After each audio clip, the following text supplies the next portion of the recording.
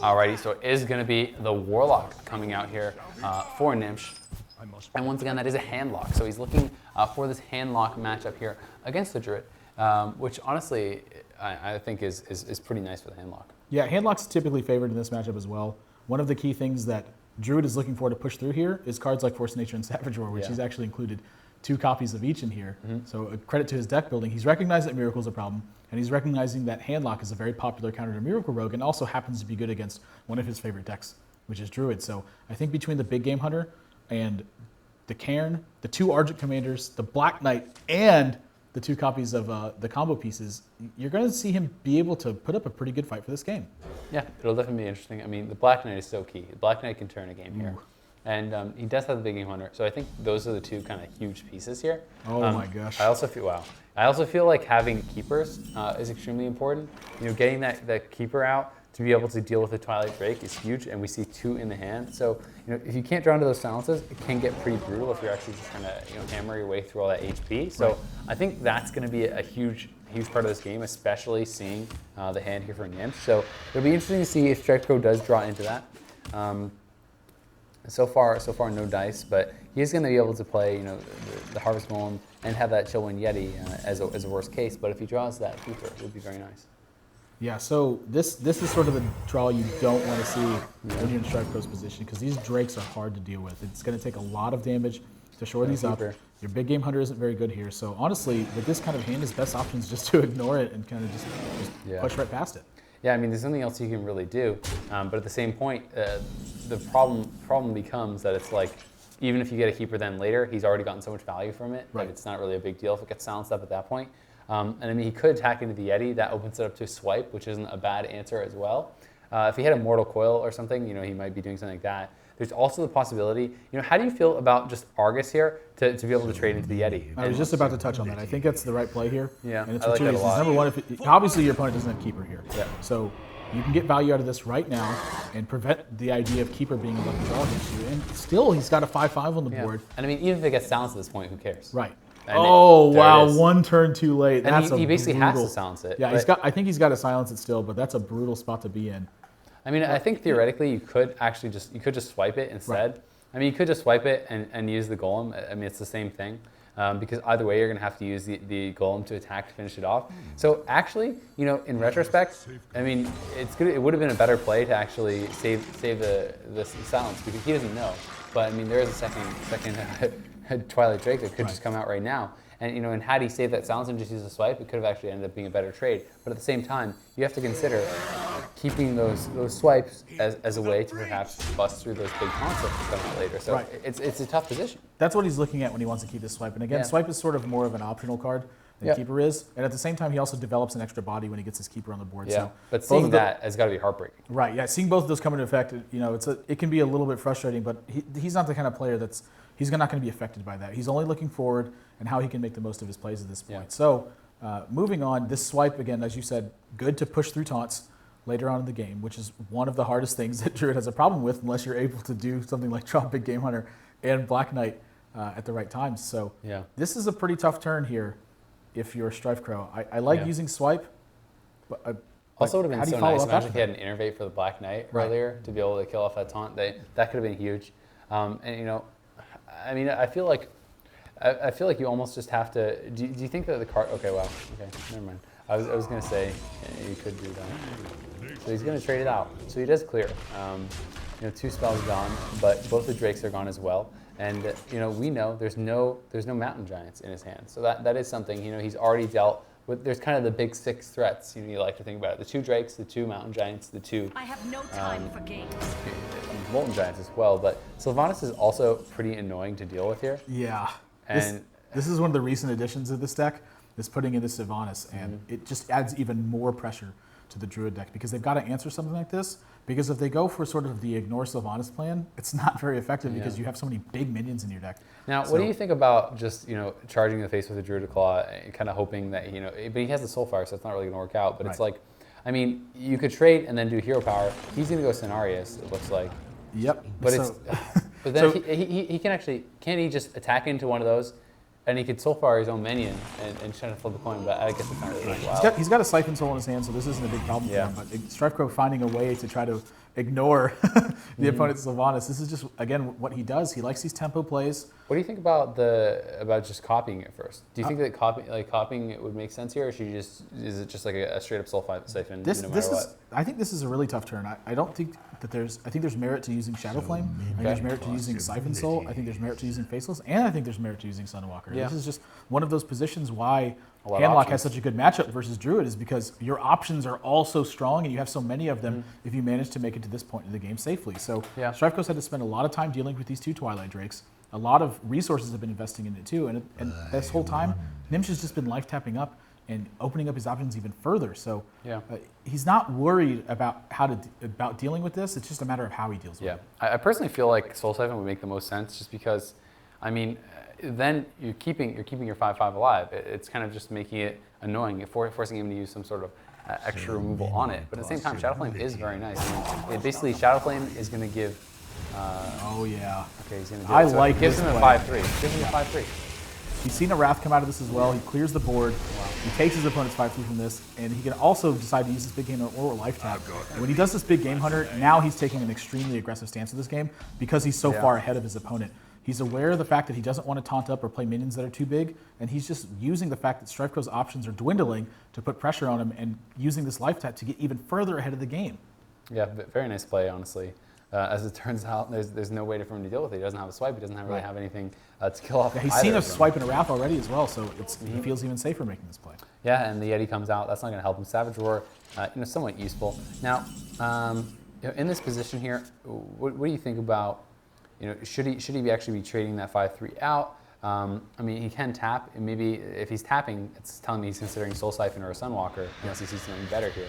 And now, I mean, Soul Siphon is going to come out, and it's getting pretty brutal here for StrifeCro. Yeah, this game is turned around very quickly from what was looking like an already pretty bad position to begin with, but like this is what comes of those positions. So 9 points of damage coming across. StrifeCro, no threat of lethal yet. He can't utilize this big game hunter or this Black Knight, which are cards that are typically very good in this matchup because no Giants have come out. Right, Gnimsh just hasn't drawn the Giants, and instead he's drawn the other portions of his deck that's working out really well. So I think this is sort of the handlock power coming more into effect here, I think, than the actual decisions, because both of these players have had relatively straightforward decisions, in my opinion. Yeah, I mean, I guess the only kind of a turn where it could have been some different decisions was that Sylvanas turn, Shadow Flaming the Sylvanas and stuff. Yep. It was definitely it did work out really well for him. Might have not been as happy with that play had there been something to deal with that very readily. If he had the second Wrath or if he had a swipe or something. But it worked out beautifully for him, and it was very well played. Now, geez. Okay. This could get bad for Gnimsh if this Black Knight is able to provide an adequate amount of pressure. So I like developing the Ancient Watcher here because you have both of these. Get bad for Gnimsh? Right, StrifeCro's got a Black Knight in his hand. Yeah. So he's going to be able to turn the table here really quickly. And then if on the back of a couple of lucky draws, like say Gnimsh has to follow this up with a Giant later on, if he can't really put these pieces together, this game could turn around. Yeah, and I mean, especially because he didn't decide to do any damage with Big Game Hunter to the Yeti or anything like that. So he's left. He can trade the Yeti into the Big Game Hunter. He kills that off for free. And Black Knight is such a game changer. I mean, really, you can win off of just that one card. I mean, he still has the Big Game Hunter in hand to deal with one of the Giants, and he still has the Savage Roar. Now, do you trade here, or do you just try to push forward, knowing you have two Force of Natures in your deck to draw into? See, this is another one of those positions where you've got to look forward to how the next couple of turns are unfold. It looks like a really easy turn, but this is a really tough turn. He can't play this Big Game Hunter because he's playing against Handlock. He hasn't seen either Mountain Giant yet. Yep. I like using the Yeti here to kill this because what Gnimsh's turn told me is that he didn't have a Mortal Coil in his hand because Mortal Coil was such an easy play in combination with that Big Game Hunter. So StrifeCro's sort of reading into this. He's like, I don't believe you. I don't think you have a Mortal Coil. I don't want to be taking more damage anyway. The Sun Fury is quite a nice draw here as well, though. Yeah, so Black Knight's already been used at this point. So now Sunwalker really coming into Sun effect. Fury, Sunwalker. So, sometimes you have to make these kinds of sacrifices with cards like the first Sunwalker in order to get to a point where you can taunt up safely. So he has to pay some sort of price to make his taunt safe. He can't just hold them all back the entire game. The key to this was not playing the Sunwalker as early as possible to avoid getting blown out by a Black Knight. So the fact that he's taken his time to do it, is really helping his game plan here. I mean, the other thing to keep in mind, Gnimsh still has 2 other taunt activators. So when he does finally draw into those Molten Giants, he's going to have the taunt activators for them instantly. Right. And knowing the Black Knight is gone, you can just slap those down without even thinking about it. So that is something that is very nice. And I mean, I think we're going to see the Wild Growth drop, just see what he can do with that. Maybe he's going to find something a little bit nicer. Maybe that second Keeper would be a pretty nice draw, something like that. But without that, I mean, it's not really the best here. You can just draw with the Ancient Allure again. He's thinking about, whoa. Savage Roar would clear the board here. Yeah, I mean, you could use the hero power to get the shield and then clear both. Yeah, you're still going to be left, though, unless I'm mistaken, with that 2-3 on the board. Yeah, you're left with the 2-3 on the board, and you're left with a 4-1 in your hand, but I think he's got to do it. This is like one of his only chances to get back into the game is the fact that he can now get value from this Yeti. That was otherwise pretty used up. It also prevents his opponent from being able to Mortal Coil. And also, possibly somewhat true in StrifeCro fashion, sometimes he just doesn't attack his minions and waits for a better position. But I like attacking here, again, to the same effect. Your opponent just hasn't played a Mortal Coil yet, so just don't give him credit for it. The 2-3 is going to be able to take this out, but now he's started to recover this game on the back of the Black Knight alone. This is showing how powerful this card is in this matchup. And especially, some nice play there with the Savage Roar. And I think especially that one of the important parts here is that he has the second Savage Roar in his deck. He does have 2, so throwing one out there isn't as devastating because when you're playing the handlock, he still knows there's 4 giants in the deck he has to deal with, which is very scary. And you need to be able to burst handlock down from round 15 to 0. Oh man, this is potentially spelling disaster for Gnimsh, where he felt comfortable the whole way through. And also, he feels more comfortable the fact that his opponents used a Savage Roar, because I don't think you typically anticipate 2 copies of Savage Roar coming out. Especially if he taunts this up, it's even worse. If he plays that Mountain Giant and taunts it, that would be really sad, because this could spell very bad news. And I think if he plays it, he's probably going to taunt it. I think there's a high chance. I think he's got to taunt it. Yeah, so I think he's going to taunt it, and that, I mean, do you think that he actually? Wait, yeah, okay, never mind. He feels safe taunting it because the Black Knight's already gone. Yeah, but the Big Game Hunter is going to be doubly effective now. Yeah, but he's considering perhaps not doing that. He's going to go for it, and that is really rough for him. I mean, that's just such a nice pick up there. For StrifeCro on the back of this.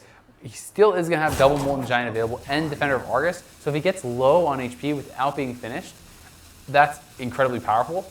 But, I don't think StrifeCro is going to make that mistake. I think StrifeCro is going to slow play it, around this HP and wait for that perfect kill. Oh my and I mean, gosh. Having the Big Game Hunter here is just, I mean, do you think he even bothers Wild Growth first, or do you think he's no? Big He Game drops Hunter his Ancient Allure 100% of the time. Yeah. He wants to dig for his second copy as a combo now, and you notice how deep he's getting into his deck. Savage Roar. Yeah, now he's 1 card away.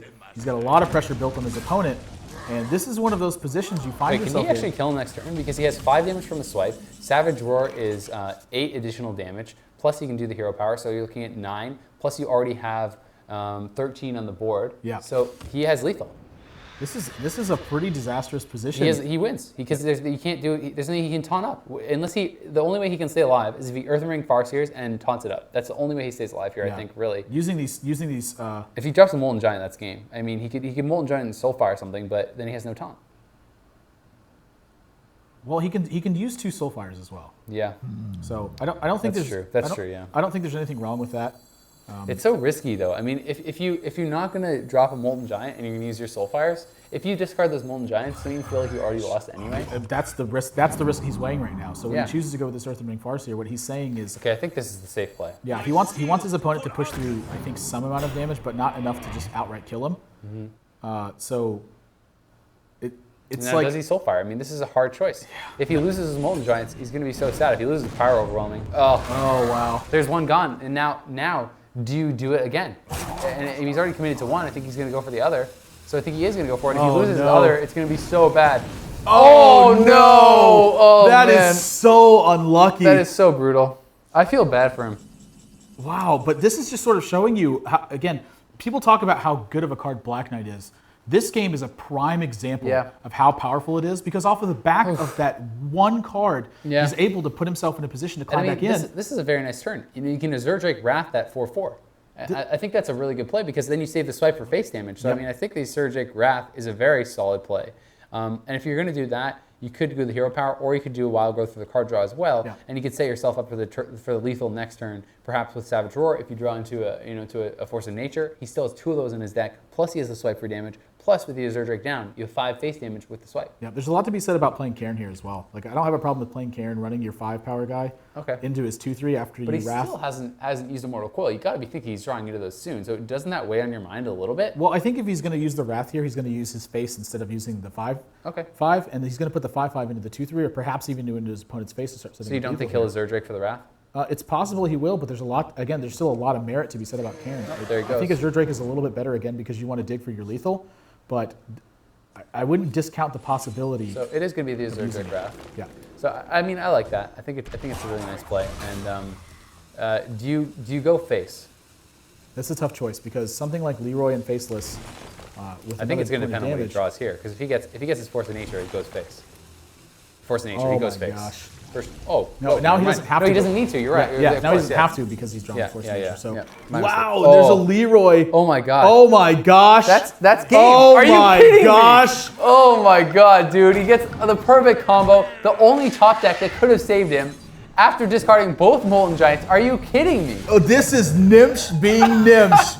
That you think he's out, he's got 1 out left. That's enough for him as far as he's concerned. This game is crazy, but the gods of luck shining on Gnimsh today. Oh my god. The only dude. draw in the deck that could have won him the game, and he gets it. He was overkilled 1,000 ways, and on the next turn, like he was so dead, and I can't believe that. I'm actually astounded. I mean, on the back of